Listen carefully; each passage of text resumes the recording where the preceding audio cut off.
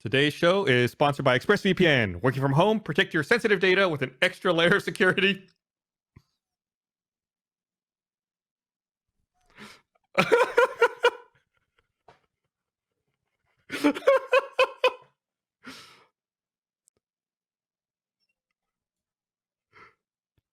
Today's show is sponsored by Today's show is sponsored by sponsoring the podcast. Yeah. It's off to a great start. Fucking whatever. Hey everyone, I'm Gus. I'm Gavin. that used to be Geoff. I'm Barbara. And I'm Gus. That would have been the quickest episode ever. I mean, fuck it, we're just out of here. Yeah, they're rolling you out already. Oh my man. god. I was about to launch into an attack on Eric to start the show off, and then he did that. It was never mind. He's perfect. I don't think that's ever happened, ever.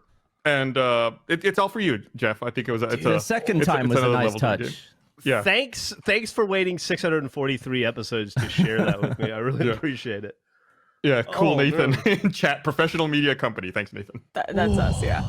Well, I mean, listen, we got to keep quarantine fresh. We've been working from home for over a year now. We got to try new things. We got to try new fuck ups. What if you start the podcast with the end of the podcast? It's revolutionary. No one's ever done that before. Yeah, it's the new Seinfeld. You know, I'm looking at chat right now, and Geoff, I don't think anyone is excited to see you. So, I'm sorry that you wasted your time being on this episode. I'm not excited to see Geoff because I don't know what to talk to him about that isn't face related. It's very difficult. Well, not just that too. Like it's true. And if you're not familiar with me, my name is Geoff. Hi, I used to make some stuff here. I currently do an audio only podcast, Wave of the Future. Fucking video sucks. Nobody likes it. So I do an audio only podcast with Gavin called Gavin. You got me? Yeah. Called Fuck Face. Thank you. And I need a countdown. That's mental. All That right. you just go. all right, called 3, 2, 1 Fuck Face. Thank you. It's called 3, 2, 1 face. Yeah, That's yeah. a really weird name for 3, a 2, 1 fuck. podcast. And unfortunately, we started it because Gavin, Andrew, and I have this really fun friendship. But we learned that the podcast ruined it because anytime we talk to each other now, it could be a bit, and we don't trust each other. And so we've essentially broken all communication outside of the podcast that we perform together on. I also imagine that anything you'd want to talk to each other about, whether it's like what's going on in your personal life or anything, you want to save it for the podcast too. Yeah. So it's not even like, could this person be fucking with me? But Yeah. no, I just want to save my stories for it. No, totally. I was lamenting that earlier. Like I realized I had a crazy story about a horseback ride I went on in the mountains like 2 weeks ago. And I was like, do I tell it on the RT podcast or on Gavin, you ready? 3, 2, 1, fuck. Wait, Gavin, 3, 2, 1. Thank you. That's perfect every time. I got you. You have options now. It's Although man, to those I forgot how this stuff is done. I'm out of practice. to those who have listened to face, check out. Oh, yeah, those it works great wicked when you say it. shelves. Check out the wicked shelves behind Geoff. Look at those. Such great shelves. It's funny, we did something for the live stream on April 1st for our anniversary, and a bunch of comments were about Geoff's shelves. And I guess I haven't gotten to that episode of Face yet, so I was like, what is everyone talking about? was- What's wrong with these shelves? That was when Geoff tried to move the entire podcast and reschedule everyone to get some shelves put up. It's a pretty eventful episode. They're good shelves. Well, Yeah. they took about 3 months to build. It was a long process, and then they capped it off. It was like this whole 4-month ordeal, and I was just happy to finally. I was filming the podcast out of my bedroom because this room was a mess, and then the day they got finished, my pipes exploded in my bathroom, and then so that was like a 2-month thing, and then I haven't even talked about it yet on the podcast, the other podcast. But pretty sure my foundation's cracked, so I'll be dealing. So that'll be a whole thing we're going through. Yeah, big old crack in my ceiling in my hallway. I love Oh this my because God. it's just reminiscent of when I remodeled my house back in 2009. When I every week of the podcast was me bitching about all the shit I was going through. It's awful when you're going through it, but when you're listening to someone else that talk Yeah. about it, you're like, oh yeah, fuck them. That's really hilarious. It's funny. There's an addition to my house, and I've noticed as of late, after the crack appeared and a lot of other cracks appeared, I've noticed that I walk down sort of to that addition. Similarly to when I helped you move from your first apartment complex in Austin, and I walked up from your living What do you room. mean by to that? your You came kitchen. in the front door. Yeah, and you have to go up. Yeah. Oh, like your foundation's cracked to the point where it's tilted? Yeah, like. Yeah. Oh my god. Remember that little house I used to live in? The really small one? Yeah, The house over that I by- remodeled. Yeah, over by Lake Austin Uh, Boulevard. Yeah. No. After that. The one, the house for the little blue people. one. Yeah. yeah.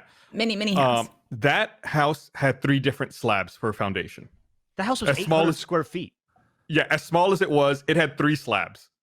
Like if you wouldn't know it, but like I knew since we tore everything out. It's like, why did they build it this way? I assumed that they initially built like one small room to live in, then they added on a back part and then the side part. But it makes you say, when you say your house has 3 slabs, you think some massive house, but it's like you said, it was like 800 square feet. It was like the smallest house in the world. Yeah. I have it's no just idea why very they did small. it that way. And they were put in at different times. They just built the thing room by room over a long time.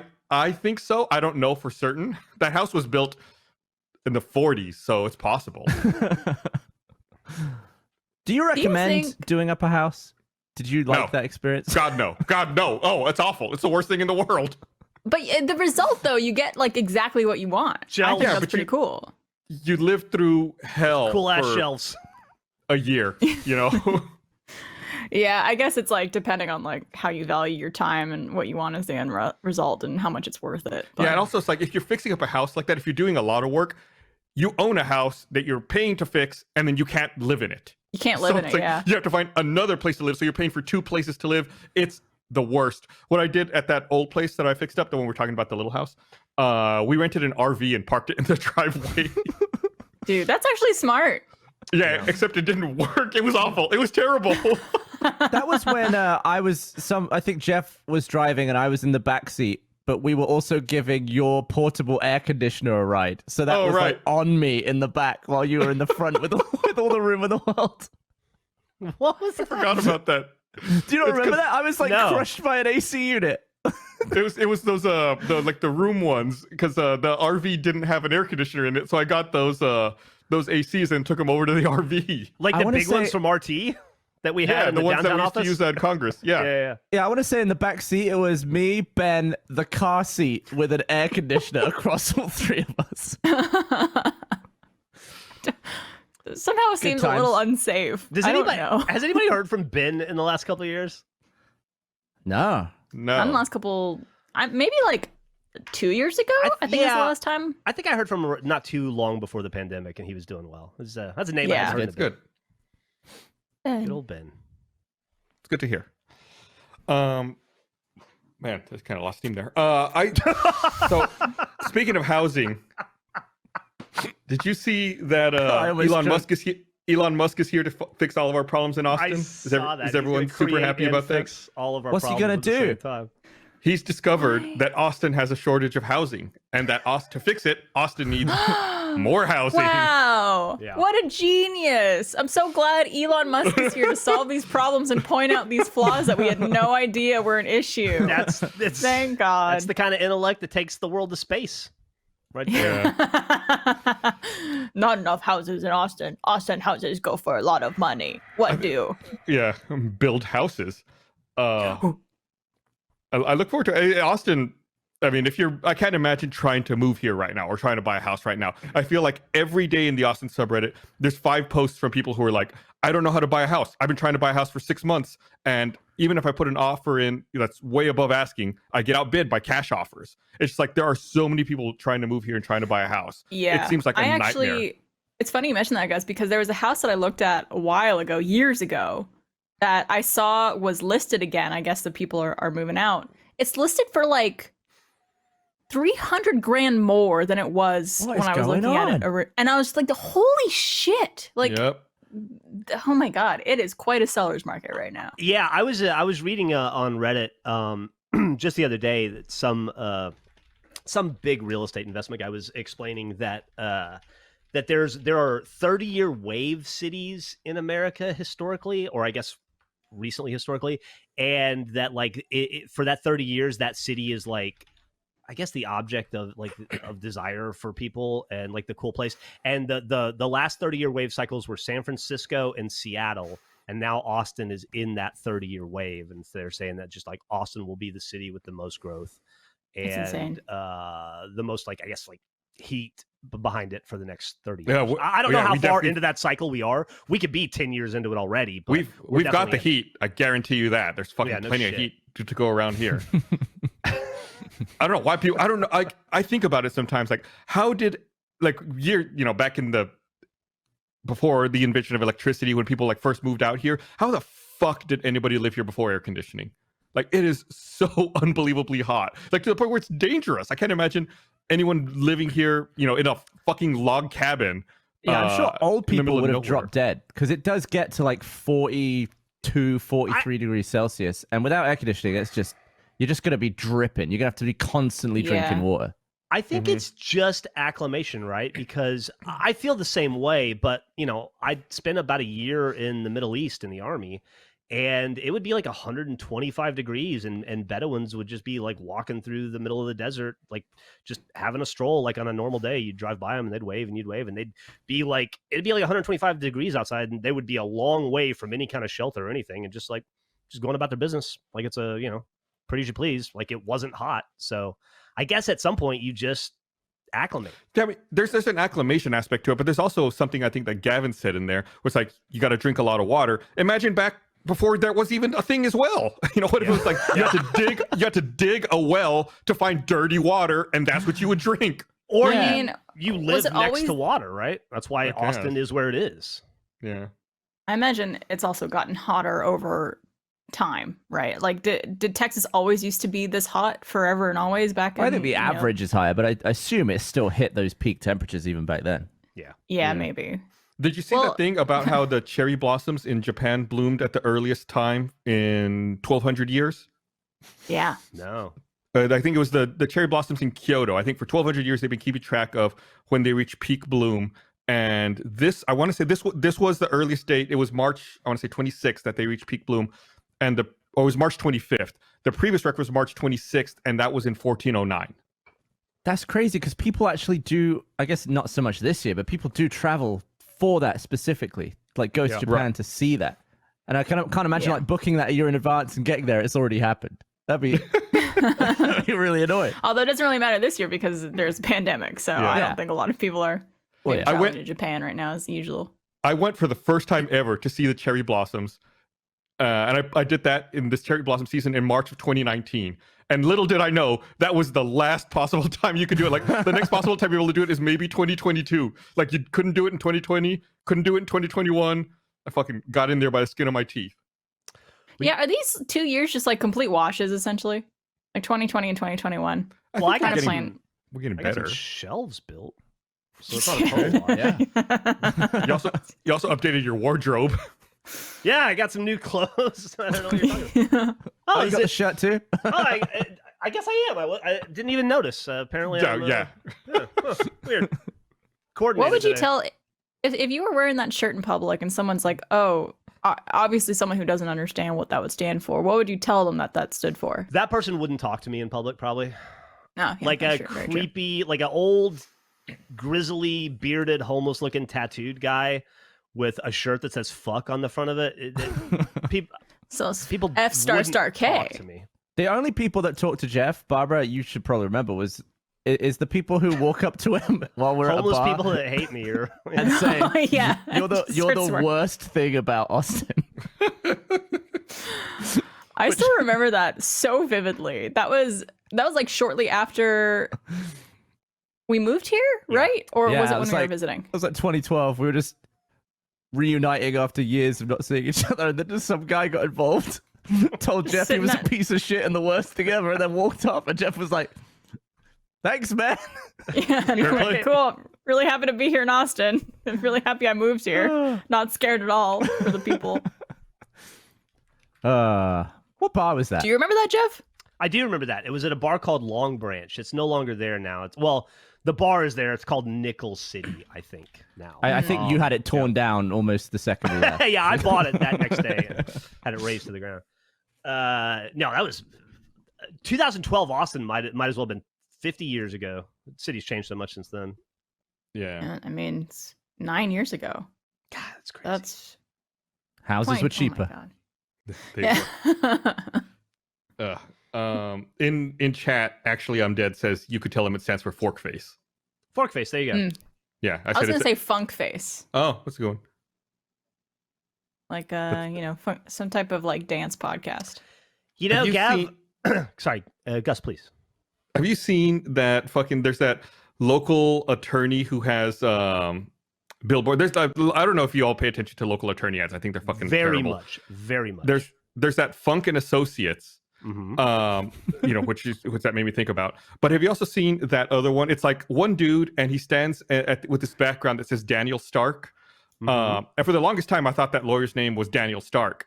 His name is not Daniel Stark. What is his name? What is it? The name of the firm is Daniel Stark. His name is Danny Daniel. I was like, What? So it's Daniel and Stark. Daniel and Stark, but it's yeah. like they only show one dude and he stands between the names, so you think his name is Daniel Stark. Nope, What that's not his name. Insane person would name their child Daniel with the last name Daniel. Daniel.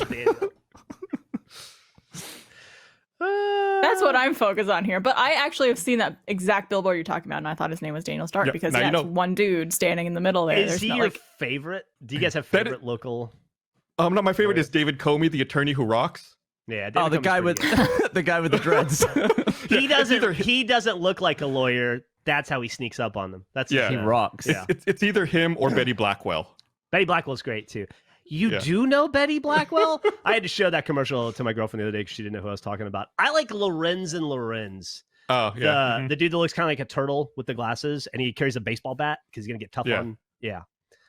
Did that Comey guy, the attorney that rocks, did he buy like a 10-year deal on that billboard or what? Like, has anything else ever been on those billboards aside from him? The funny thing about the David Comey billboards is that in the late 90s, he was young. And then one day in 2010 or 2012, they changed all of them and suddenly he was old.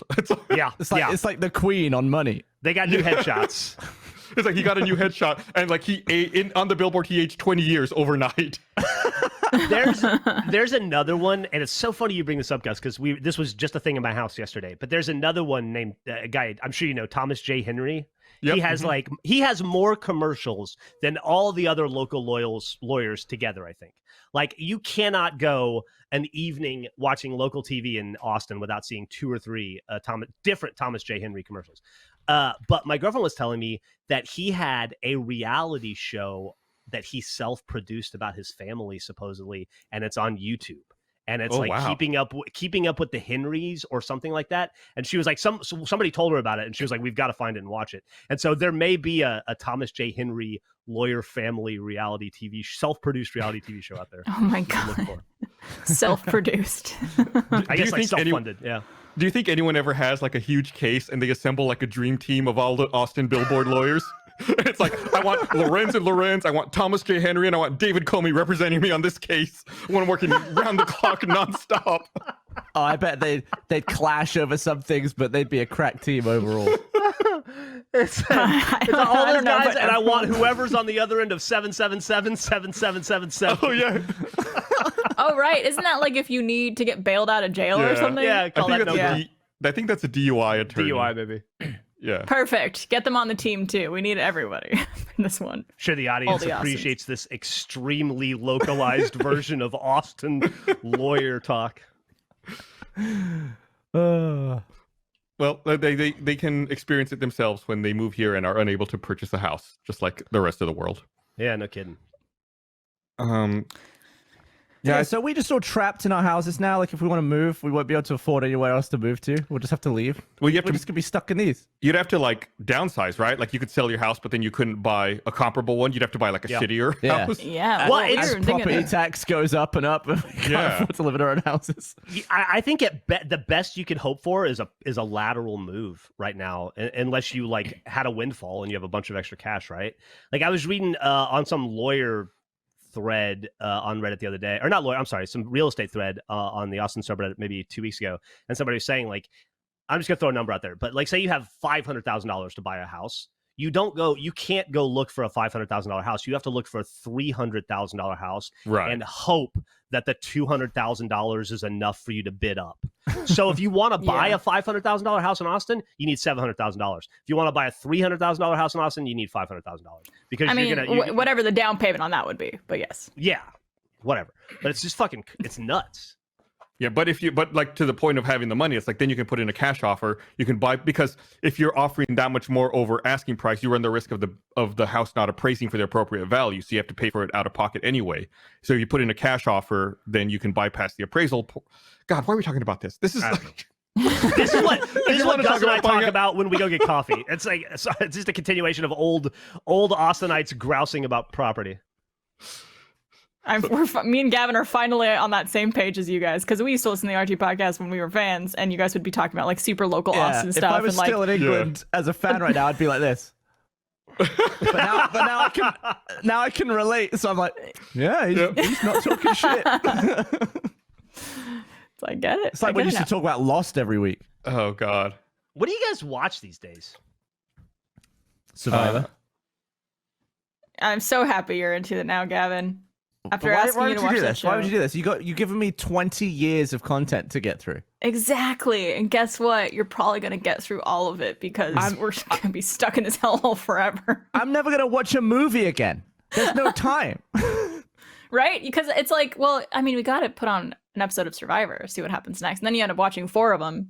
Which... Yeah, and you've watched 3 in a row, and then it shows the preview of the next one, and someone's like on the floor, like maybe having a heart attack. You've got to be like, we got to watch that one now. You gotta. You can't stop. Have you guys, you speaking of never watching a movie again, I don't think I will ever watch it. I don't think, I haven't had it, like we were even talking about watching Kong versus Godzilla. I can't make myself watch a film anymore. Something about, I don't know. I like TV so much more. I like serialized TV or reality TV so much more than like 1-2 hour story. I don't know what it is. Like I would much rather watch. Do you guys watch 000? I think that's way better than trying. I don't even know what the fuck that is. Oh my God, dude, Gus, you're gonna love it. 000. It's a show on Amazon that it's about the drug trade, right? But it takes. Oh, you're right. Place, I do love it. It takes place in Mexico, Italy, and New Orleans, and they film on location in all of those places, and some places in I think Egypt and Africa. And there's $160 million budget for 8 episodes. It is the highest budget thing I've ever seen in my entire life. Every movie or every episode looks like a $20 million movie. And they hire like famous actors and actresses from those locales. So you've got like really top-notch, amazingly acted characters. And then it's like the episodes are like, and it's just following the trail of these drugs from Italy to New Orleans and back. Through Mexico, and just how these groups work together. And it's only 1 season, it's only 8 episodes, and it's phenomenal. This sounds great. I want to watch this. Really good. TPG is agreeing with you right now. Yeah, it's got Gabriel Byrne in it, I think, and it's just like it's some of the best. Like I don't recognize a lot of the actors and actresses, but like the dude that plays the head of the military in Mexico is one of the best actors I've ever seen. He's so good. I'm going to tell TPG to stop spamming in chat. It's gonna get banned. Just kidding, Tim. Just kidding. He's only gonna see that you're just kidding about 30 seconds after the fact that you typed that too, which is gonna be great. I know. That's why I said it instead of typing it. But also, Geoff, I'm kind of with you though in terms of preferring to watch like serialized television or even reality shows right now, and I wonder if that's like a cause of being in quarantine and being through this like pandemic thing where you almost just want content that's just next, and like you could follow this thing rather than a movie that feels like so much to take in for an hour and a half to 2.5 hours and then like it's done. I don't know. I kind of understand where you're coming from. There's just something I don't like about the format anymore. Like I tried to watch. Sorry, just real quick. I tried to watch that Denzel Washington Remy Malik movie recently. Oh yeah. And I sat through it, and at the end of it, I was just like, it was a good movie, I guess, except it was basically about cops covering up for shooting other people. But I was just like, it didn't do anything for me. I would have been much happier watching an episode of Love Island, which makes me sound, I don't know how that makes me sound, but it's true. I'd rather watch real people interact with the real world, even if it's staged or pseudo fake, than a full blown fake narrative. Maybe because it makes you feel connected to reality. Maybe that's what I need. Maybe I'm just stuck in home from the pandemic, and maybe that's what it is. I've been watching Amazing Race. I'm up to season 16 now. and I actually watched Godzilla versus Kong to take a break from that, because like Barbara was saying, it's like when you're watching a reality show like that has a ton of episodes, you're like, oh, next one, I'm just going to blow through this. But it's like I don't want to watch an episode knowing that I'm going to watch another one. Like I wanted to know that I was going to step away from that, and I was going to spend 2 hours on something, and then like that was it. It was done. Yeah. So that's why like I took a break from reality TV to watch Godzilla versus Kong, and then it's like it's just like almost like a palate cleanser to reset. That makes sense. I can understand that. We watched it this weekend, that movie, Godzilla versus Kong, and I was on my pain medication for my surgery, and so this pain medication makes me feel a little high, and watching that movie while in that state was very entertaining. Because I was just like, I was on the couch like with a bunch of pillows behind me, just like on my pain medication going, whoa, yeah. There's a lot Is of it points. worth watching? It's free. So much I mean, if you pressure. have HBO Max, or you can watch it home for free. It's like there's no Yeah. reason not to. But there's definitely parts of that movie where it seems like they're presenting it almost like a ride. Like you remember like the King Kong encounter at Universal Studios, or like the old Universal like Back to the Future and ET rides, where it's almost like the movie shot in some sequences like from a first, like they're in a vehicle. It's shot from like the first person perspective of that vehicle as it's like flying around like King Kong and Godzilla and stuff. And it's like I felt like I was on a Universal Studios ride in a few of the sequences in that film. Yep. That's what Trevor and I were saying. We were like, this needs to be a ride. Like there was one shot in particular. I'm not. It's not going to spoil anything. Where they're kind of going around King Kong as he's climbing up something, and he like swipes at it and misses. And I was like, that's a ride right there. Yeah, like it's totally like a ride. yeah. I don't want to get into a whole King Kong versus Godzilla thing, and I haven't seen the movie yet. But I said it earlier. I'll say it again. I like King Kong. I like Godzilla. I don't understand how Godzilla doesn't just step on King Kong and then breathe fire on his corpse. Like Godzilla's Because huge. King Kong climbs the little spire of the Empire State Building, and Godzilla is the size of the Empire State Building. Yeah, exactly. Not in this movie. King Kong's a lot bigger. In I'm this sure movie. they make it make sense, but I just in my head it makes. They're like very same sized in this movie. And this is not a spoiler because it's in the trailer. But I'm gonna say it anyway. King Kong has a weapon. What, like a gun? Like an axe. All right. You see him wield it in the trailer. He like swipes with it. So it's like it kind of when one of the opponents is armed, it kind of evens the playing field a little bit. Godzilla's armed with fire breath. Yeah, that movie should have been over very quickly if it was based in any sort of reality on those two beasts. I mean, Any sort of reality. King Kong got beat by biplanes. Yeah. If you think but about that was the old days. That was a long time ago. okay. Yeah, he's more powerful now. Yeah. Apparently. He has more of a motive. Apparently. Maybe. Well, if King Kong wants to go on a reality dating show, I will definitely watch that. What would it be called? It'd be like Monster Love or something. And it'd be like Godzilla and Mothra and Rodan and King Kong and Cerberus and like all kinds of great mythological creatures, and then they would it would be like a love at first, like it would be like a Love Island where you'd like there'd be some sort of anonymized dating. I would think maybe a mix between The Circle and Love. I don't know.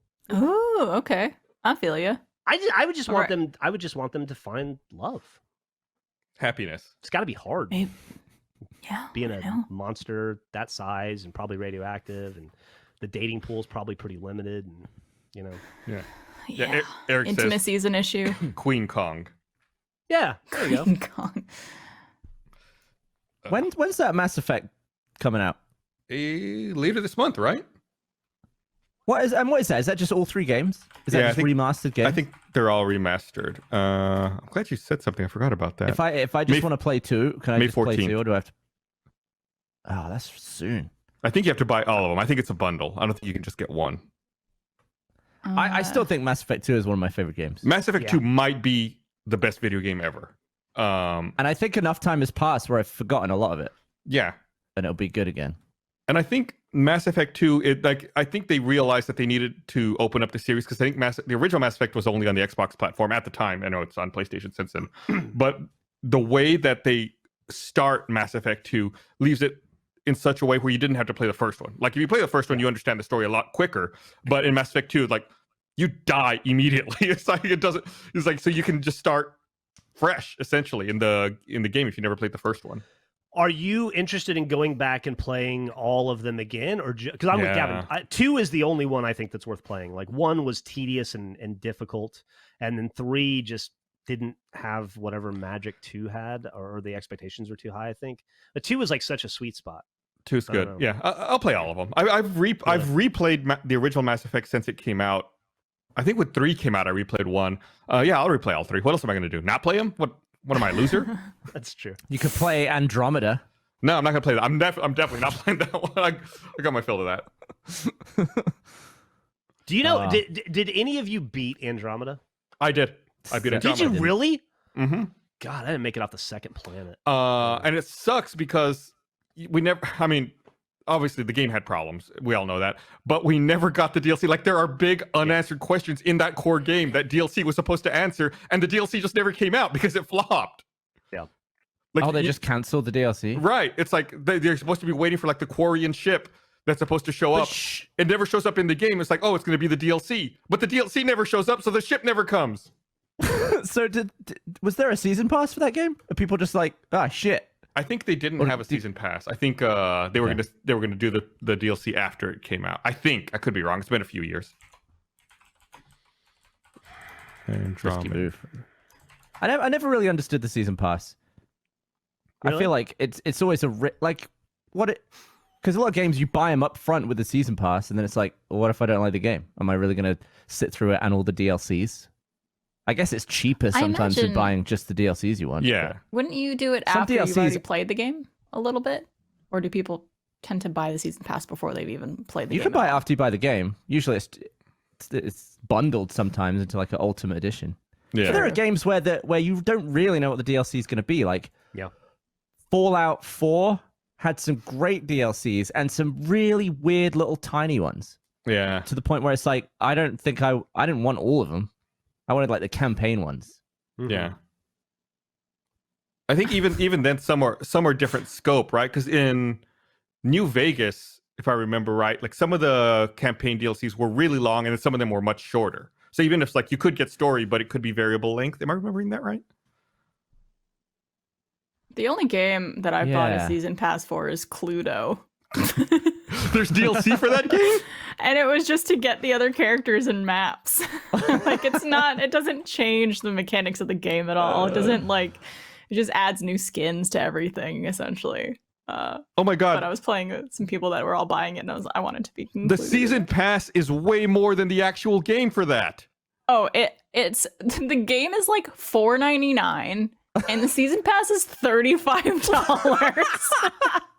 Could you not just buy the characters individually? No, I don't think so. I mean, maybe you can. I didn't really think much of it, but I was just like, you know what? I'll treat myself. I've been living at home the last year, not doing anything. Might as well buy myself some new characters in this make-believe game.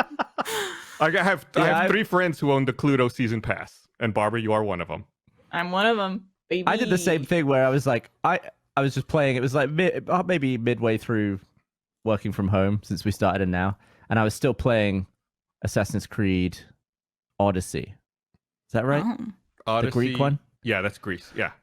Yeah, and I was like, I never get like cosmetic DLCs. I'd never do it. I'm gonna do it, and I spent like $9 on a horse. And it was like the only time I've done it, and I don't know why I picked that game. It just felt right at the time. That was a good game. Was it worth it? I liked it. Did you like the horse? I should have bought it earlier. Like I had the unicorn horn horse for most of the game, which didn't cost me anything, and then I bought like a really futuristic, like Animus looking horse. But I was already pretty much done with the game at that point. Now, but I haven't done the DLC, so now I can do the DLCs with my fancy horse probably. There you go. So that's a possible move. I just bought some DLC the other day. I bought for Dead by Daylight. They had a new killer and a new survivor come out the other day that I bought. And I feel like I've not spent nearly as much money on that game as enjoyment as I've gotten out of it, because I bought it on Steam for the PC, but it's part of Xbox Game Pass, so I didn't pay for it over there, which makes sense because I paid for it here.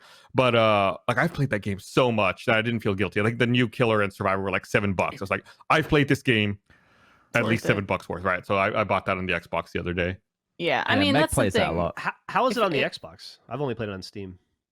It's fine. I mean, you just got to play with a controller. It's easier to look around when you're repairing with a mouse, so you just got to be more deliberate about it. Like when you're using a controller, it's a lot slower to look around when you're doing repairs or like healing someone. That game is so... I am so bad at that game, but it's only because every time we play it, we just essentially are like loaded up to start playing immediately. So I never have time to like read through all of the different abilities and equipment and stuff like that, which I feel like is a huge part of strategically playing that game. Mm-hmm. But we played a couple weeks ago now. We played with Meg, Gavin, and she just annihilated us within I think She's really good. within 3 minutes we were all dead. And so she's like, okay. Must be over 1,000 hours into that game. Yeah. She's very good. She's very good. She's just like hanging out on our stream, like drinking and like hanging out, and we're just like, just putting people on hooks with one hand, just casual. That game's fun though. Gus is really good at it. Are you guys excited about any video games right now other than Dead by Daylight? That's a good question. I mean, I don't know if this counts, but that new Among Us map came out, and it's kind of like reinvigorating a lot of our like interest in that game, because I mean, we've had such a fun time playing that game, but it's the same 3 maps, so you kind of, you know, it gets a little tiring a little bit at some point playing the same 3 places over and over again. So the fact that they added something very different, that's like not only a different map, but it's bigger, the tasks are different, it adds a whole new level of challenging gameplay to it. So I've been enjoying that. That's something I was really looking forward to. I've never Proxy played chat's fun in that. Yes, it is. pretty very good. fun. Is it still a mod or is that built in yet? It was a mod still when I last played. Okay. Yeah. Is that game on the Xbox too, or is it just a PC game? I think they said it was going to come out, but it hasn't come out yet. I think it's going to be on the Switch is what they were going to be bringing it to, which if they haven't already. But yeah, it's on PC. I think it's also on mobile. Mm-hmm. But yeah, it says Among Us will come out on the Xbox in 2021 is all they've said. have you played it at all, Geoff? No, I've never touched it. I watched Millie play it once. That's all. I'll be honest. I might be done with video games. You're an idiot. No, like aside from Gems of War, Oh which my God. I feel obligated to get that one achievement just because they named it after me. But other than that, like I played Cyberpunk and I enjoyed that okay. And I would play. You did? Yeah, I mean it was fucking glitched and flawed, but it was still fun and goofy. And I enjoyed silly. it. I enjoyed it too. Yeah, it was just like a dumb action movie. I don't know. It was fun and silly. I didn't take it too seriously. I would play any DLC if any ever comes out. You will eventually. Yeah, I don't know. I go through the store on Xbox Live and just look for anything that's interesting, and I never buy anything. I played Sieves the other day with Millie as like a hangout with her type thing, and that was okay. But yeah, I think it's weird. All my video game interest has been transposed to baseball and basketball cards and trading cards, and like all that time I spent playing video games, I play with baseball cards or I watch breaks online or what. I don't know. It's just What are totally breaks? This is making sense to me because Geoff, sorry to interrupt, but you're one of the people I know who has such a vast knowledge on so many different things and so many different interests too. Like you read books, you play video games, you collect these things. You like there's so many things that you do and have interest in that I don't know how you manage your time with all of it. Yeah, and I guess you don't by dropping video games. Like, you just like you ride the wave of something and then you get enough of it. Like I was thinking about this with corn dogs the other day. I was actually had this conversation with Gavin.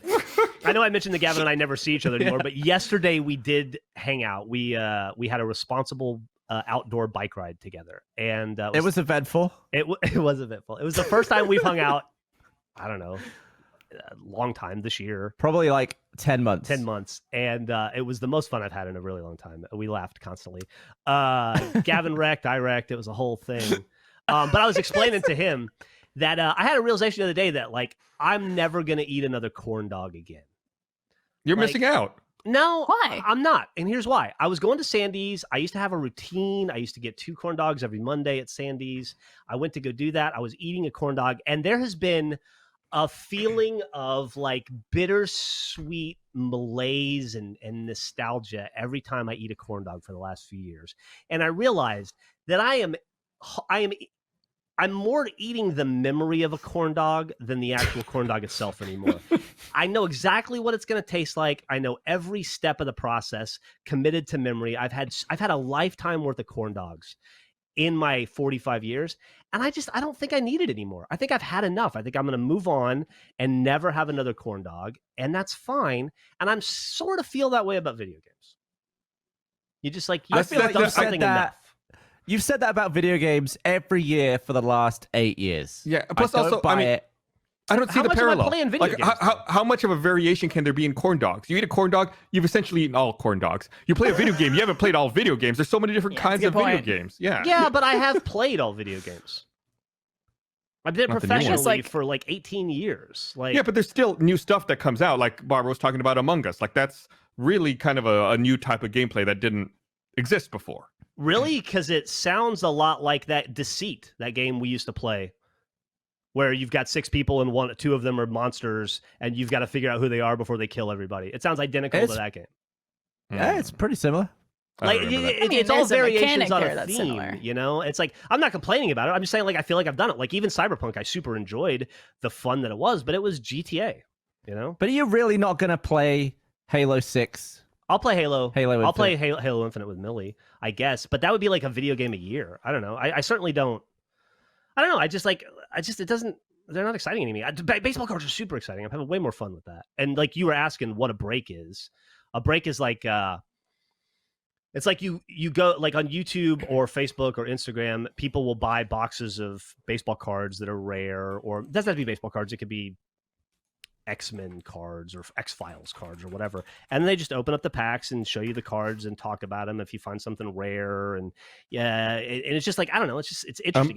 It's interesting in the same way as an unboxing video is, or like Ryan toy reviews or any of that shit is, you know, the Kinder Egg videos.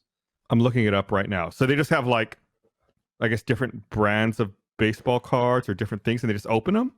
Well, it depends on what you're looking for. Most of I just type baseball card breaks into YouTube, and I'm just looking through it like that. Look up live baseball card breaks. It's also a way to get cards because you can't buy cards in stores right now. Like I couldn't go to Walmart or Target and buy baseball cards or basketball cards. It's impossible because of the resale market. Did you know I used to collect baseball cards when I was a teenager? Like I used to work at a Little League field. And I would take a lot of the money, and I bought a Game Gear one of the years. But other than that, I would buy like a ton of baseball cards. Really? Yeah. You're not super into sports. I used to be huge into baseball up until the strike in '94. Are you serious? Hold on. Before you go, are you serious? Is the strike in '94 killed your love of baseball? That's what killed my love of baseball. That's why I stopped collecting baseball cards. Same here. Wow. I stopped after that. That's crazy. But I have. Too bad they did that, huh? I bought a bunch of baseball cards that I never opened. I have like 50,000 unopened baseball cards at my childhood home still, like from 94, 93, 92, somewhere around there. 50,000? Yeah. It's like I went to You're like full one of year. shit.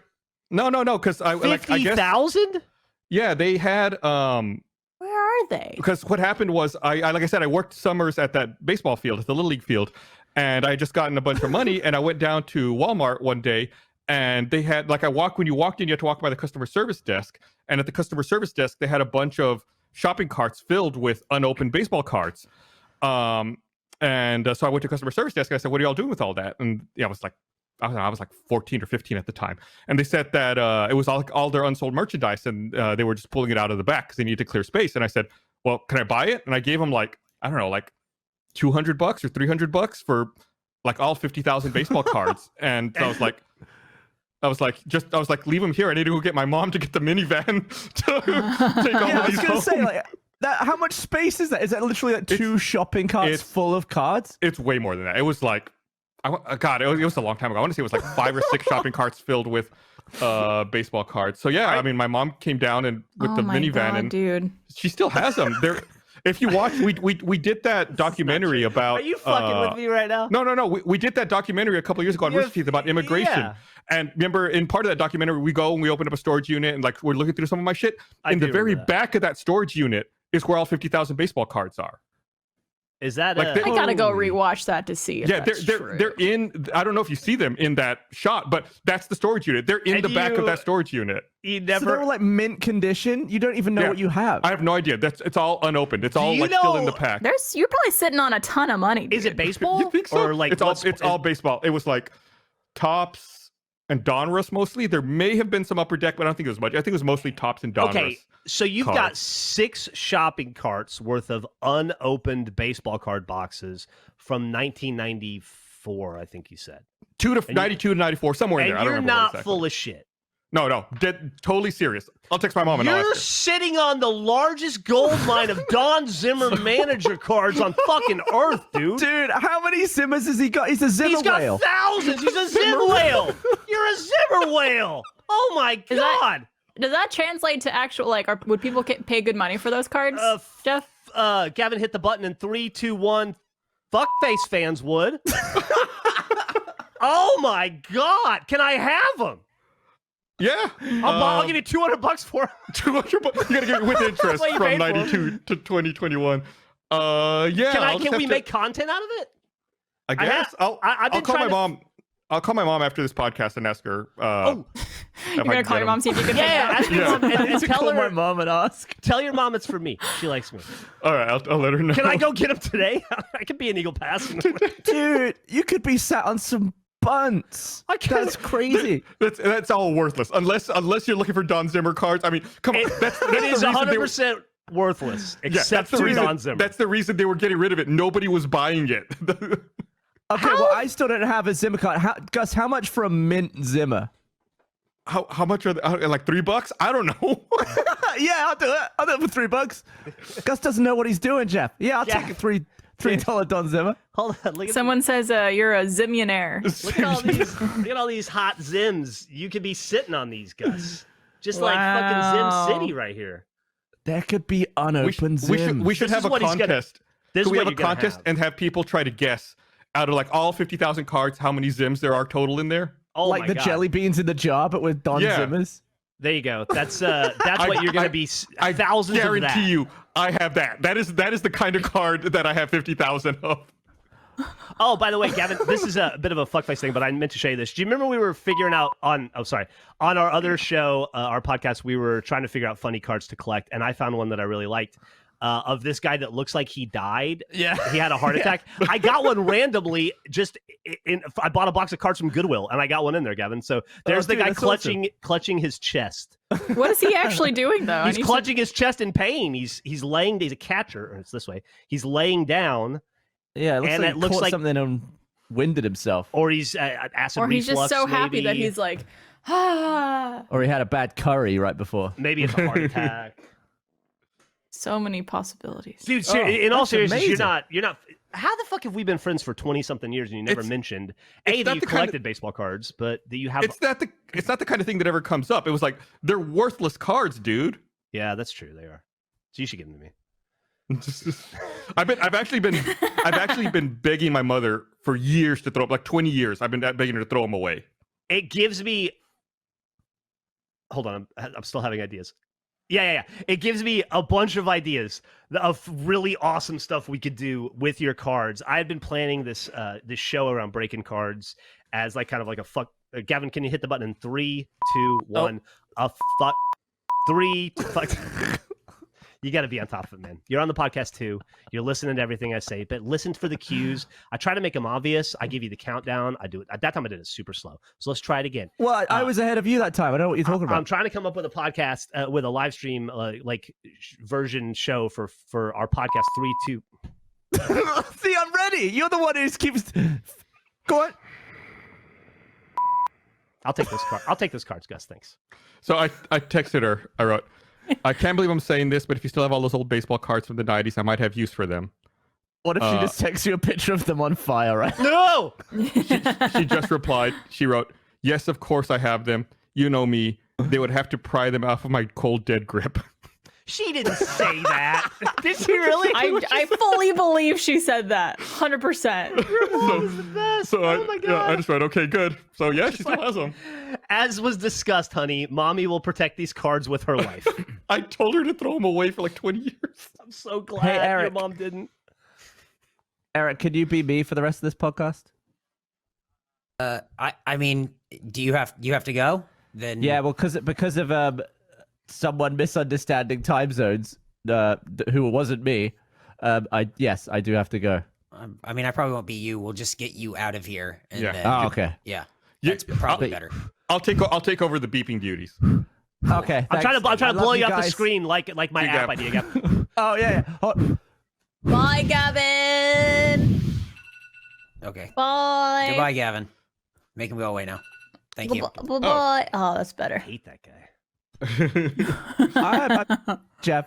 Oh shit. Shit. Why did Eric say that? He's doing a real good job of being Gavin. Yeah, he is. All right, now he's gone. Let's talk shit about him. Are you still, hey, Gavin? Are you still there? No, he's gone. I see. He's All right, not in there anymore. He's actually gone. He just tunes into the actual live stream to watch the rest of it. Yeah. So yeah, I'll figure out what we'll do. We'll get him up here and We should do something with him. we should make a when it's safe to make. We should make a journey to your childhood home and document the whole thing. Or we could just bring him up. I mean, okay. No, I want to see. This needs to be That's filmed. I want this to be like a whole production. I apologize for wanting to turn every facet of life into content. It should, We could just go though. get him. we could just go get him. Oh my god. How long? All right. How long have they been in storage then? I mean, probably since I went to 94? college in '96, probably somewhere around there. So 25 years. It would be interesting to see well, I don't, that could be funny to make a fun way to make fun of you. So maybe I shouldn't spoil that idea. There's Okay. a really funny stuff we could do. 16, 17 years. How much? Dude, I wonder how much you've been paying that storage facility for the last 7 That's why I've been trying to get her to throw them away. That's got to add It's not up. the only thing left in there, though, right? No, There's no. other stuff in There's that a- there's- storage. Okay. There's other stuff in there too. That's the thing I do every time I visit home. I go to my childhood room, and there's all my old shit in there, all my old clothes and toys and like books and stuff that I collected over the years. I have Doritos dust on my fingers, by the way. Sorry. Nice. That's really embarrassing. But I keep telling my parents like I don't need any of this stuff, so like you could donate all of this. And every time I come home, it's all still in there, Well- and I feel like maybe they just don't want to give it away. They've just learned a terrible lesson from these baseball cards, then, Barbara. I'm sorry to tell you. While we're on the subject, is there anything else in that storage facility that we might be able to make content out of? Or do you have 100,000 comic books or like There's a He-Man action no. figures or anything? There's a bunch of old video games, like old video game collection is probably in there. NES stuff, Atari stuff. I bet you're sitting on some money. Like I bet there's some stuff in there that's pretty valuable. There might be some decent old video game stuff. There might be. The baseball cards, probably not. Do you remember when we used to go back before Rooster Teeth when we did that website, Drunk Gamers? I forgot the name of our own website for a second. Drunk Gamers. And we would go do that thing we did called drunk sailing, where we would get up every Saturday morning. We'd go around to garage sales, and Yeah. we would do the bit about it.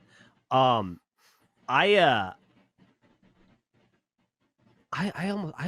what do you still do that by any chance? Do you still go look at garage sales? No, I mean, I would be interested in that. I feel like, these days it's not really a good idea to do that. But before the pandemic, I mean, I would go every now and then. It wasn't like a regular thing, but a couple times a year I'd do it.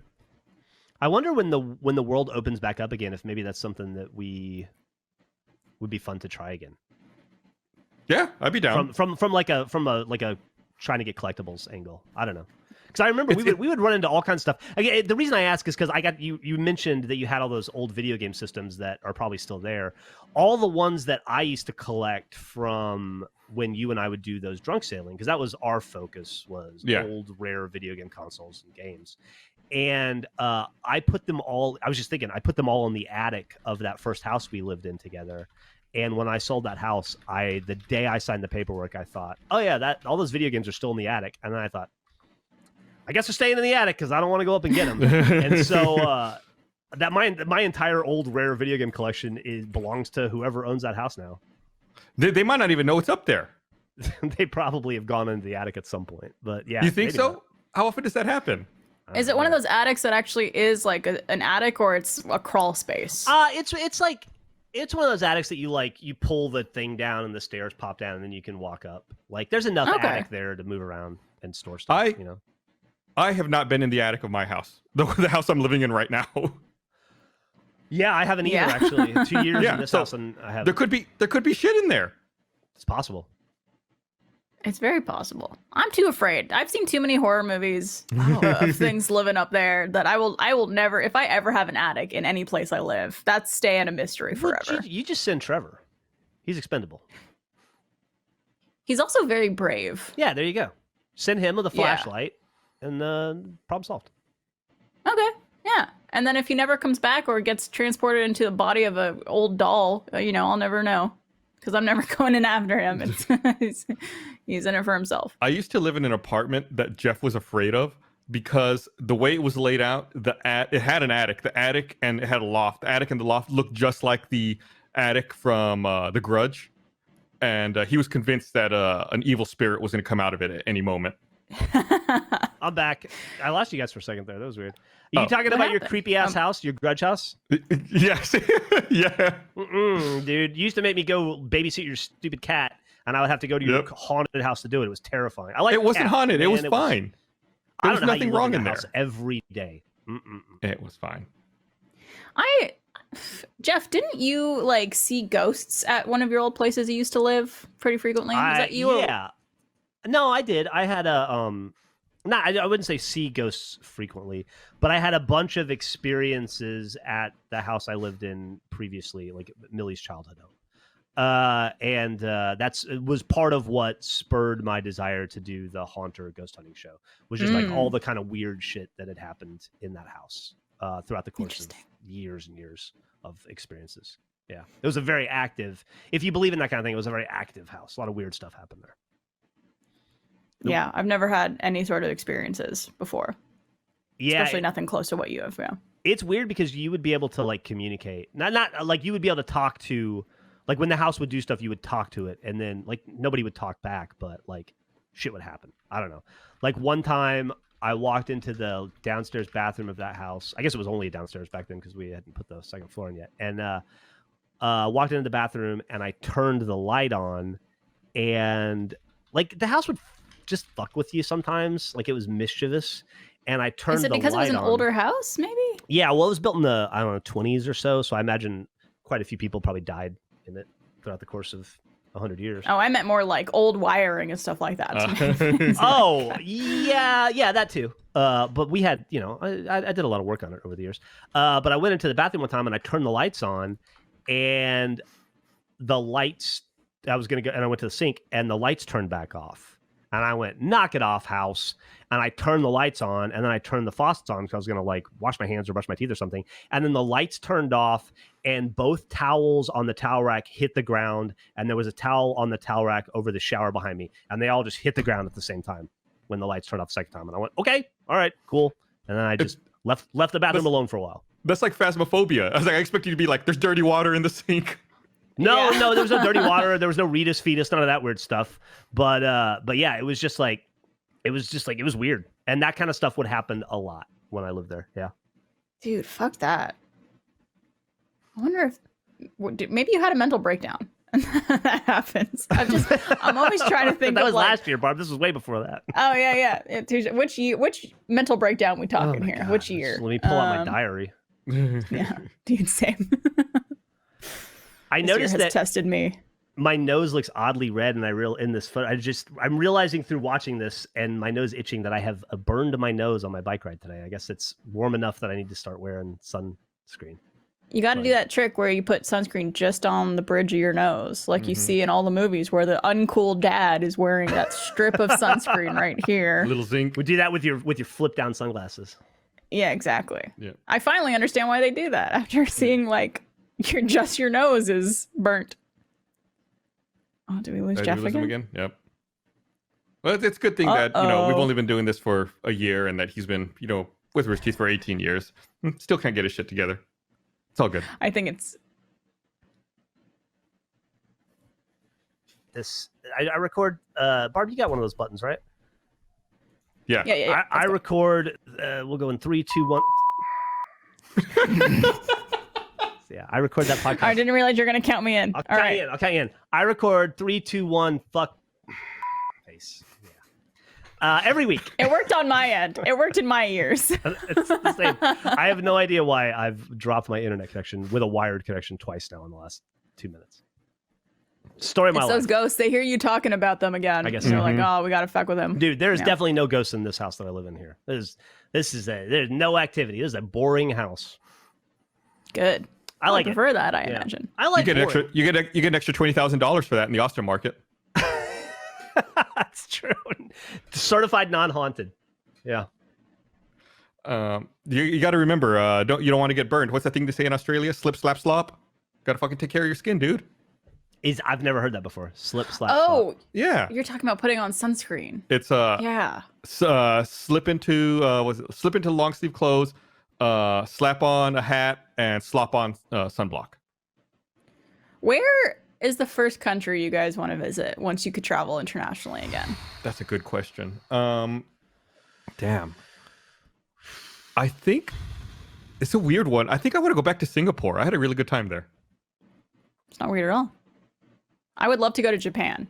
That's been on my bucket list for the longest time. That's a good And there one. was actually a bunch of people that were supposed to go to Japan last year, I think end of March, and then this all started happening. So I could imagine a lot of people are dying to go God, at this point. It's funny how different the world is. I'm sorry. I'm going to go on a tangent. Well, what about you, Geoff? Oh, I don't know. I mean, I would go literally anywhere, I think, if when I can, just to be able to go somewhere. But Yeah. Tokyo would be nice to revisit. I'll probably go to Mexico first, that little island that I go vacation at sometimes. That'll probably be my first trip. But Gus, please tangent. It's funny, like Barbara was talking about how people were wanting to go to Japan last year. When was that? That was like early March when that was supposed to happen. I think they were supposed to go, I want to say like the 20th or so of was it? March. That was for a concert or something, right? No. There was a concert, but I think was a bunch it? of them were also just going. I think there was I want to say My Chemical Romance Yeah. was playing Yeah. there.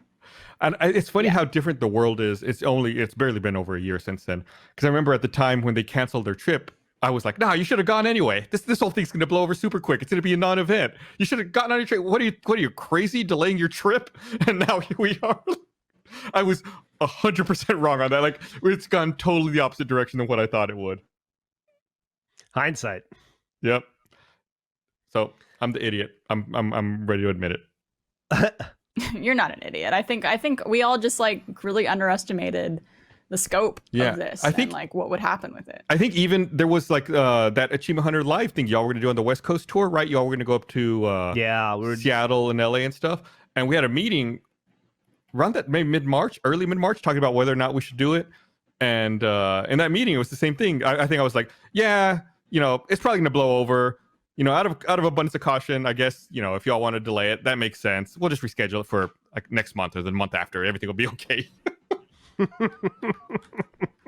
Fucking hell, So dude. wrong. Boy, Yeah. were we wrong. Good Lord. I had to get my passport redone recently too, because I realized throughout all of this, like I wasn't even paying attention. My passport expired. And I wonder how many people are in a situation like that where you're not even paying attention, and then Shit, suddenly you can I'm travel gonna again. check. And you're like, oh shit, my passport expired. Yeah, you should definitely check that stuff. I have to worry about my green card expiring at some point, and I don't know.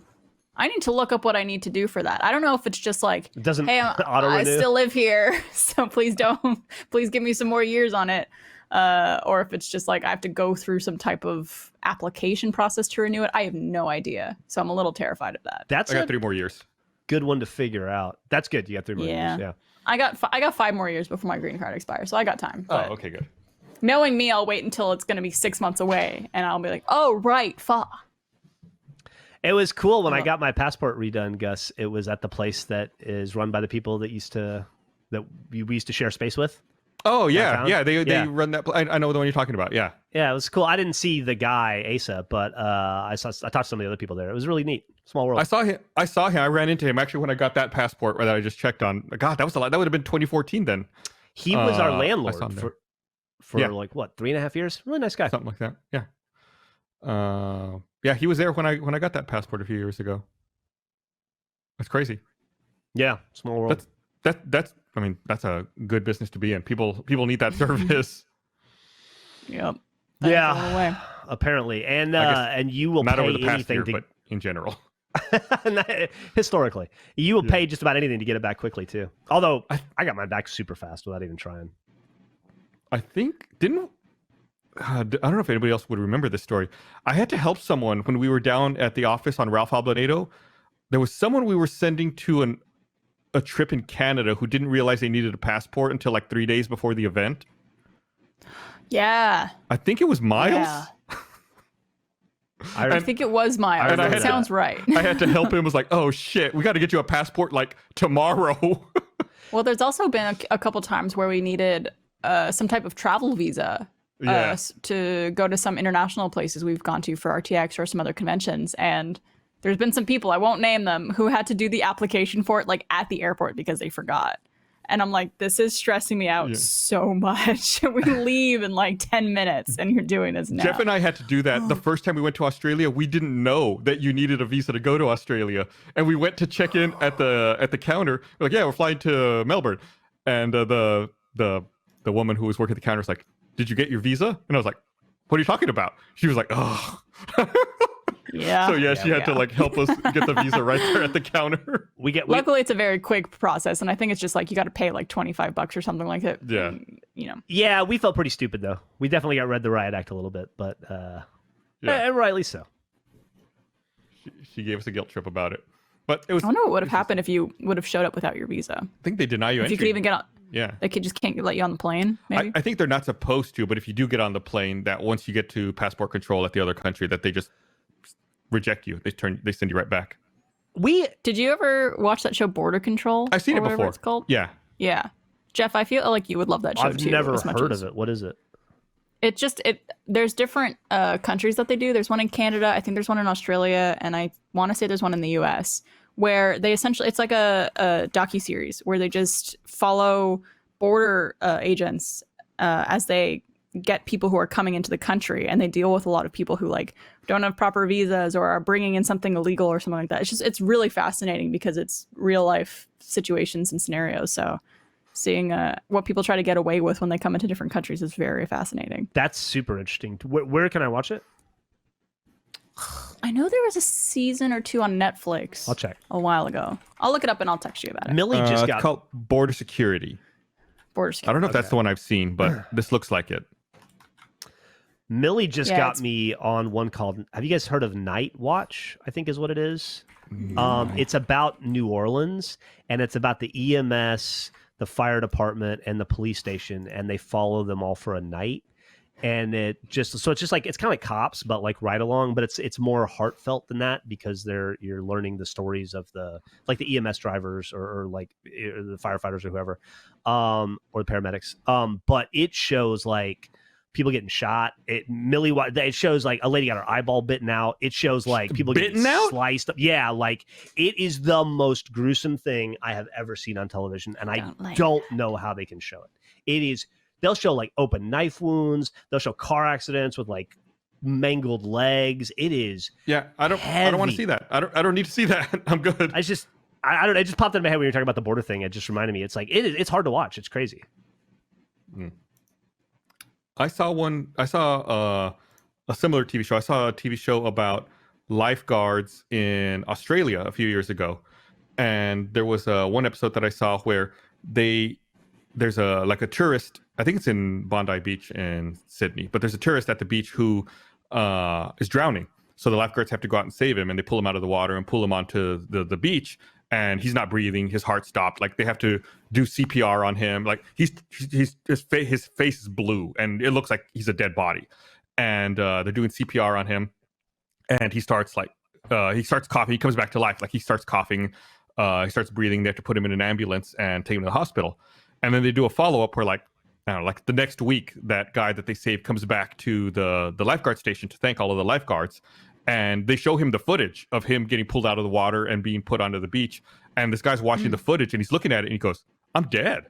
Like it clicks with him at that point. Like he's looking at his own lifeless body right there, and he's like, Oh God. he's like, "I'm dead. You guys brought me back to life." And it's just like such a weird thing that he sees, and you can see like the realization come over his face that that he's extremely lucky to still be alive. Yeah.